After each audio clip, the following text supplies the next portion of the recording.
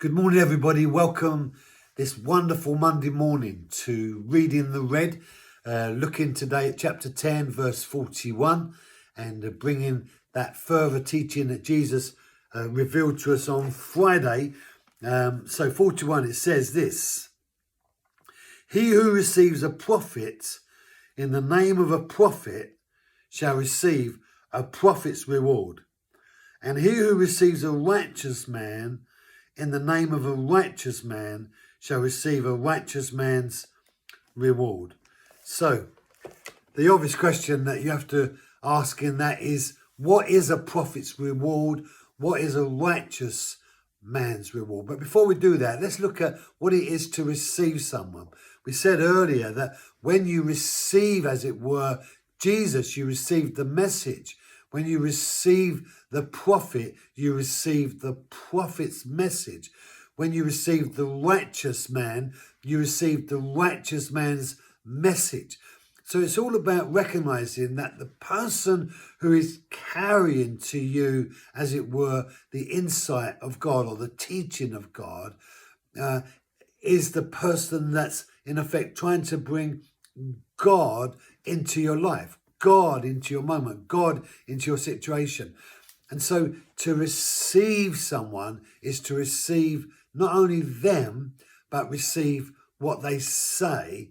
And then Jesus said it, from receiving what they say, you are actually receiving it from the person who sent them to say it to you. So it's really important to understand that when you receive the, as it were, the prophet, you're actually receiving the revelation of the truth of the message from God who sent the prophet to you. First of all, through Jesus, and then through the prophet, and then through disciples, and so it goes on. And you in turn become, in many ways, the revelation of that prophecy by bringing to others the message that you yourself receive, which is why the gospel can never be stagnant. You know, the reality of a stagnant pond is that it becomes dead. It becomes smelly. It becomes like somewhere not pleasant to go.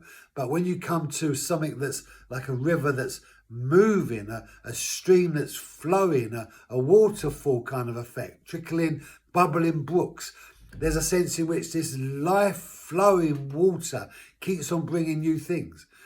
And for so long, the Church of Jesus Christ, disciples of Jesus Christ, have not gone and spoken about the message of the gospel to those people around them. And it's become stale and stagnant.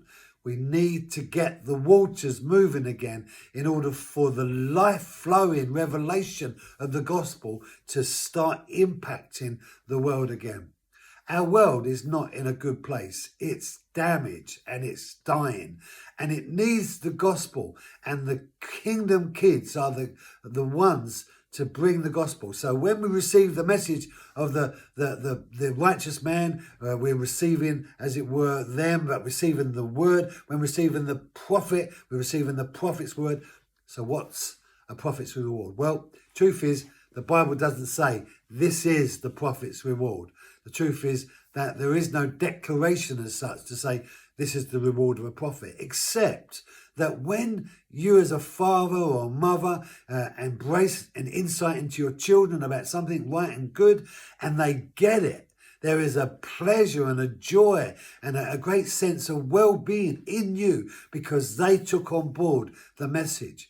And so maybe the prophet's reward is the joy and the pleasure that the person who received the message received it with great joy.